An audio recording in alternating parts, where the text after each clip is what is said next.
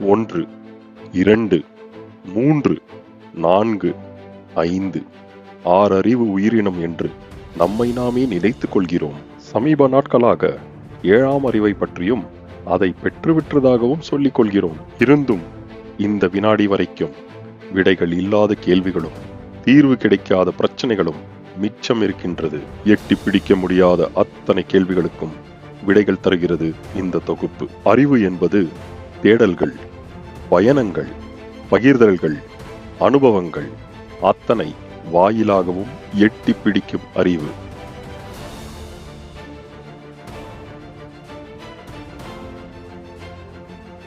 எல்லோருக்கும் வணக்கம். நான் உங்கள் மர்தோனிவ்.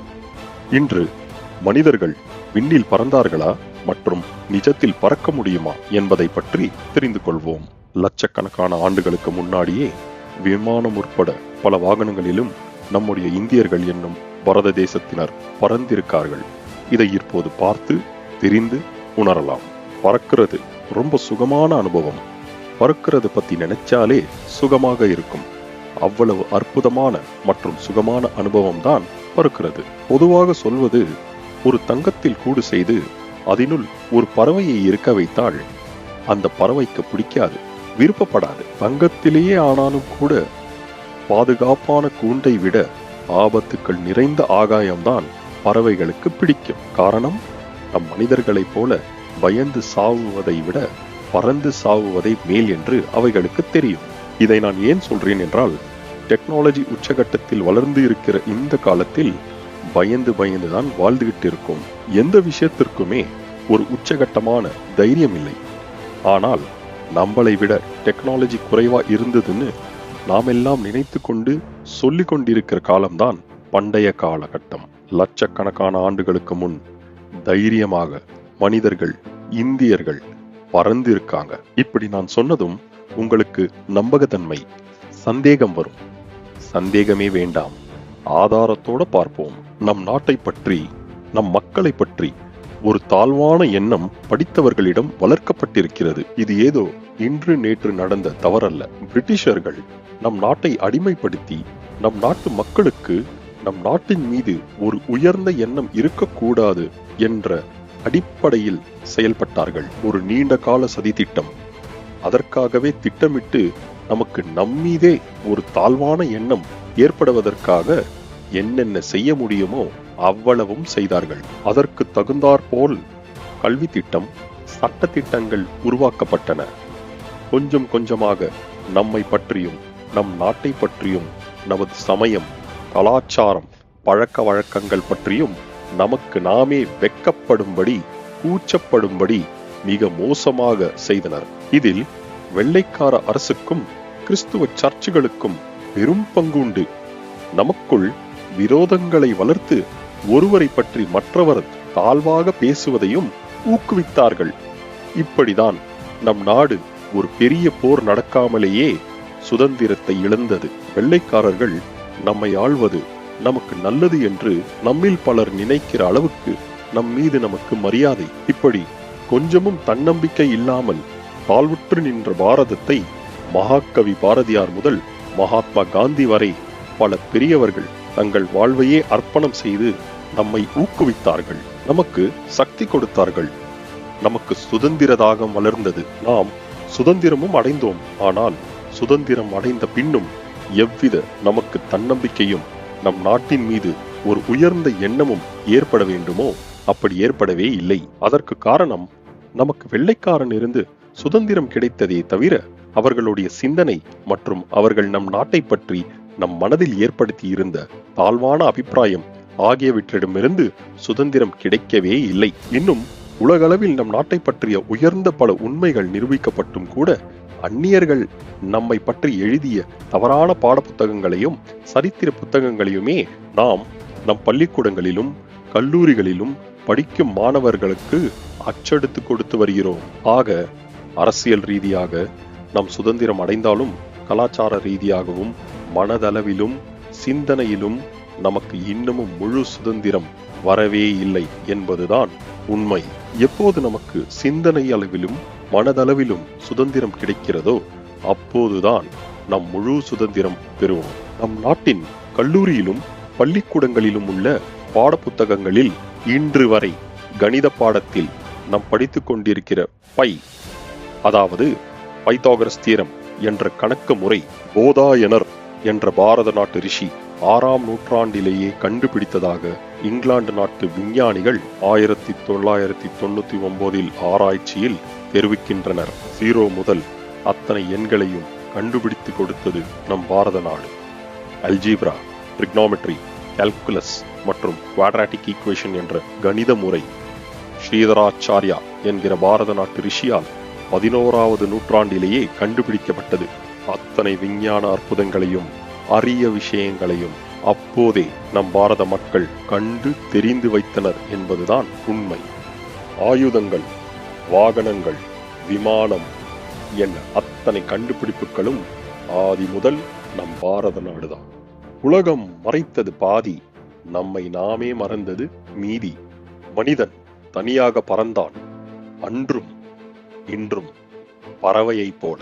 பறக்கும் வாகனம், விமானத்தை கண்டுபிடித்தவர்கள் நம் இந்தியர்கள்தான். பரத்வாஜ் மகரிஷியின் விமானிக சாஸ்திரா லட்சக்கணக்கான ஆண்டுகளுக்கு முன்பே மனிதர்கள் பறந்தது நிஜம். மனிதனுக்கும் பறக்குவதற்கும் அதிக தொடர்பு இருக்கிறது. பூமியில் முதலில் தோன்றியது ஒரு செல் அமீபா. அமீபா மீனானது. மீன்கள் தரையிலும் தண்ணீரிலும் வாழ்கிற வேறொரு உயிரினமானது. அது அப்படியே வனவிலங்குகளாக ஆனது. இந்த வனவிலங்கு ஆகுவதற்கு முன் பறவை வடிவம். அந்த பறவை வடிவம்தான் மனிதனுக்கு இறக்கைகள், விங்ஸ் என்று அழைக்கப்படும். இந்த விங்ஸ் பறக்கும் தன்மை குறைந்து போனதால் மனிதன் தனியாக பறக்குவதற்கு இயலாமல் போனது. அதனால்தான் பறக்கும் தன்மை மனிதனோட மனதில் தெரிந்தோ தெரியாமலோ டிஎன்ஏவில் இருக்கு. இன்டியூசிங் என்று அழைக்கப்படும் தூண்டுதல் மனிதனுக்கு வர காரணம், ஏதோ ஒரு காலகட்டத்தில் ஆண்டுகளுக்கு முன் மனிதன் தனியாக பறந்திருப்பான். அப்படி பறந்திருந்தால் மட்டும்தான் அந்த இன்டியூசிங் என்று சொல்லப்படுகிற தூண்டுதல் மனதினில் ஏற்படும். அதனால்தான் காலங்களுக்கு முன் மனிதன் பறக்குவதற்கு முயற்சி செய்தான். ஒரு 150 வருடங்களுக்கு முன் என்னவெல்லாம் செய்திருப்பான்? பறவையை பார்த்தபோது ரெக்கையை கீழ்நோக்கி அழுத்தும் போது பறவை மேலெழும்புது. அதேபோல் பறவைக்கு இருக்கும்போல் 2 ரெக்கை கட்டிக்கொண்டு உயர்ந்த இடத்திலிருந்து பறக்குவதற்கு முயற்சி செய்தான். அப்படி இறந்து போனவர்கள் பட்டியல் அதிகம் உள்ளது மனித சரித்திரத்தில்.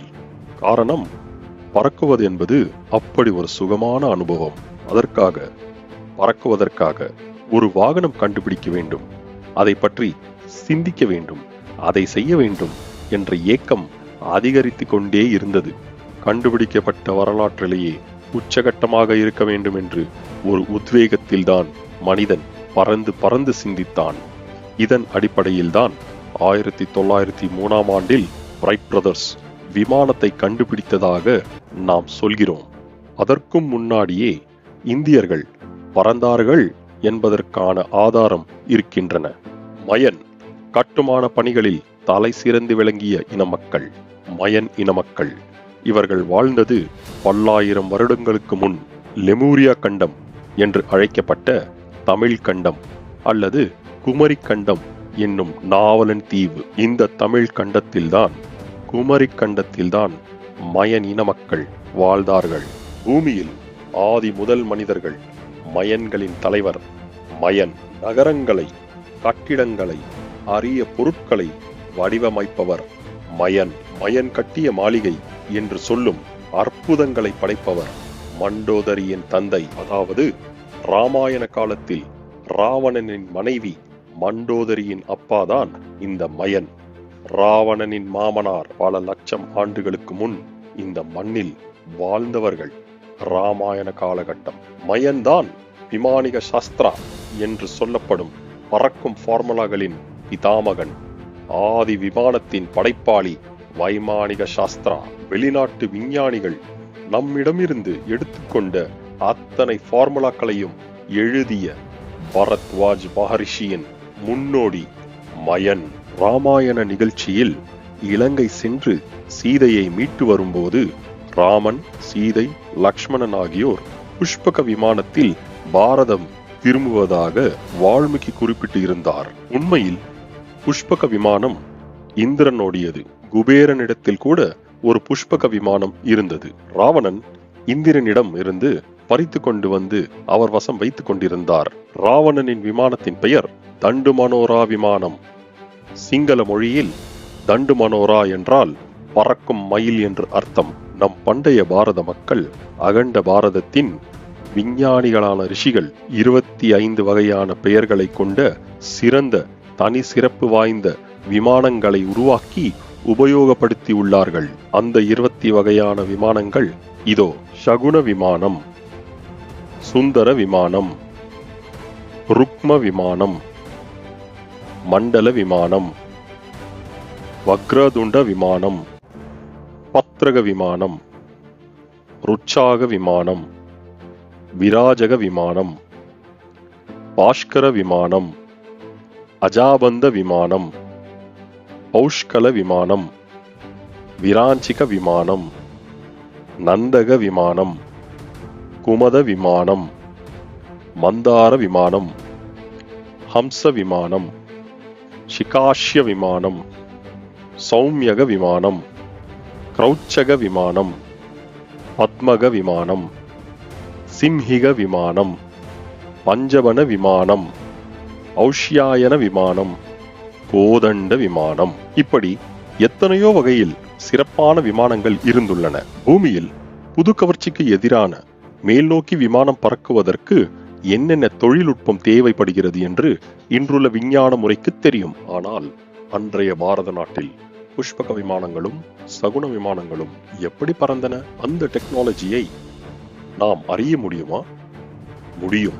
4 வேதங்களில் ஒன்றான ரிக்வேதத்தில் 20 அத்தியாயங்கள் விமானங்களை பற்றியும் அவை உருவாக்குவது எப்படி என்றும் அவை செயல்படுவது எப்படி என்றும் எல்லாம் மிக தெளிவாக விளக்குகிறது. 3 அடுக்கு விமானங்கள், முக்கோண வடிவ விமானங்கள், 3 சக்கர விமானம் என்று பல வடிவங்களில் சிறகுகளுடன் தங்கம், வெள்ளி, இரும்பு ஆகிய உலோகங்களில் உருவாக்கப்பட்டிருந்தன. இவர்தான் அகத்தியர். குட்டை உருவமும் நீண்ட தாடியோட ஒரு சாமியார், கையில் ஒரு மண் குடுமி. இவருக்கும் விமானத்திற்கும் பறப்பதற்கும் என்ன சம்பந்தம்? நம் அகண்ட பாரதத்தின் மக்கள் பழங்கால அறிவியல் பற்றி மீண்டும் பலமுறை சொல்லிக் கொண்டு இருக்கிறோம். சுமார் 9000 ஆண்டுகளுக்கு முன் பாரத மக்கள் கண்ட விமான அறிவியல், வானவியல் சாஸ்திரம் என்று வரிசையில் இப்பொழுது சுமார் 4000 ஆண்டுகளுக்கு முன்னர் பாரத மக்கள் அறிந்து வைத்திருந்த ஒரு அரிய தொழில்நுட்பத்தை பற்றி விவரிக்கிறேன். இது சமஸ்கிருதம், சன்ஸ்தப்ய, மிருண்மாய பத்ரே, தாம்பிர பத்ரம், சுசான்ஸ்கிருதம், சாத்திய சிசிக்ரிவன், சர்த்த பிரஹி, கஸ்தபம் சுபி, தஸ்தலுஸ்தோ, நிதத்வ்யாஹா, பரதத் சதிஸ்தஸ்தஹா, சன்யோகத்யே, தேஜ, மித்ர வருண சங்கீதம். இந்த வரிகள் செந்தமிழ் முனிவர் அகத்தியர் எழுதிய அகத்திய சம்ஹிதம் என்ற அறிவியல் பொக்கிஷத்தின் ஒரு சிறிய பகுதி. இதற்கான விளக்கத்தை இப்பொழுது பார்க்கலாம். ஒரு மண் குடுவையை எடுத்து அதனுள்ளே தாமரை தகடை செலுத்தி சிறிதளவு சிகிக்கிரியம் நிரப்ப வேண்டும். பின்னே அந்த ஈரமான மரத்துகளை பாதரசம் மற்றும் துத்தநாகத்தை கொண்டு பூசி 2 கம்பிகளை இணைத்தால் மித்ர வருண சக்தியை பெறலாம். வெள்ளைக்காரன் எலக்ட்ரிக் கரண்ட் என்றதை அலுப்பே இல்லாத மின்சாரம் என்று பெயர் மாற்றி பயன்பற்றி வருகிறோமே, அதற்கு நம் பாட்டன் இட்ட பெயர்தான் மித்ர வருண சக்தி. வருணன் என்றால் தண்ணீர், மித்ரன் என்றால் சூரியன். ஆனால் இங்கு இது ஹைட்ரோஜன் என்ற பொருளை கொள்ளும். ஏனெனில் சூரியனின் சக்தி ஹைட்ரோஜனில் தான் உள்ளது. அதனால் இங்கு ஹைட்ரோஜனை குறிக்க மித்ரா என்று குறிப்பிடுகிறார். தண்ணீரில் இருந்து ஹைட்ரோஜனை பிரித்து எடுத்தால் மாபெரும் சக்தியை நாம் பெறலாம். எனவே அவ்வாறு பெறப்பட்ட சக்தியை மித்ர வருண சக்தி என்கிறார் அகத்தியர். கூகுள் தேடுதல் தளத்தில் தேடுங்கள் பாக்டாட் பேட்டரி என்று ஆங்கிலத்தில்.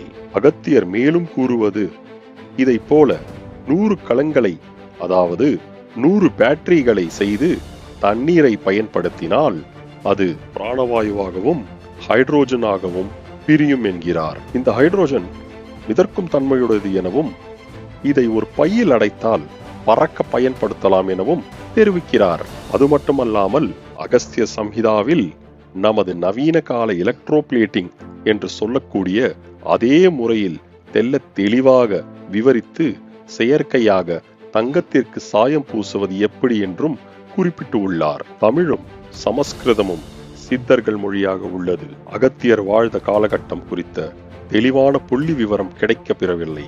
ஏகதேசம் உத்தேசமாக சுமார் 9000 ஆண்டுகளுக்கு முன் இருந்து 3500 ஆண்டுகளுக்கு முன் வரை வெவ்வேறு காலகட்டங்களில் அவர் வாழ்ந்தது பற்றிய குறிப்புகள் உள்ளன. அதனால் இந்த அறிவியல் பொக்கிஷம் பறப்பதை பற்றிய இந்த சூட்சமம் ரகசியங்கள் அடங்கிய விஷயங்களும் அத்தனையும் சமஸ்கிருத மொழியில் ஸ்லோகங்களாக உள்ளன. காலகட்டங்கள் வளர்ந்தது, விஞ்ஞானமும் வளர்ந்தது. அறிவியலோடு ஒவ்வொரு காலகட்டத்திலும் இந்த விமானம் பறக்கிற விஷயம் ஒவ்வொரு வடிவத்தை பெற்றது. மனிதன் பல வடிவங்களில் பறந்தான். ஒருவர் பறக்குவதற்கு, 2 பேர் பறக்குவதற்கு பயணங்கள் விமானம், இப்படி விமானம் பல வடிவங்கள் எடுத்தது. காலகட்டத்தில் விஞ்ஞானத்தோட வளர்ச்சியில் பாஸ்ட், பிரசன்ட், ஃபியூச்சர் என்று ஒரு புத்தகம் கூட எழுதலாம். ஆனால் நம்முடைய பாரத பண்பாட்டோட வரலாற்றில் பழமை, தற்பொழுது, எதிர்காலம் என்று இல்லை. இப்பொழுது நாம் எதிர்காலம் என்று சொல்கிற அத்தனை விஷயங்களும் அப்பொழுதே சொல்லப்பட்டிருக்கிறது. இன்னும் மேலும் அறிவுபூர்வமான விஷயங்களும் தகவல்களோடும் அடுத்த தொகுப்பில் பார்க்கும் வரை உங்களிடமிருந்து விடைபெறுவது உங்கள் மார்தோனிவ். என் சேனலை நேயர்கள் எல்லோரும் சப்ஸ்கிரைப் செய்து வீடியோஸ்களை லைக் செய்து உங்கள் குடும்பத்தினர் மற்றும் நண்பர்களுக்கு ஷேர் செய்ய தாழ்வுடன் வணங்கி கேட்டுக்கொள்கிறேன். வாழ்க வளமுடன். நன்றி.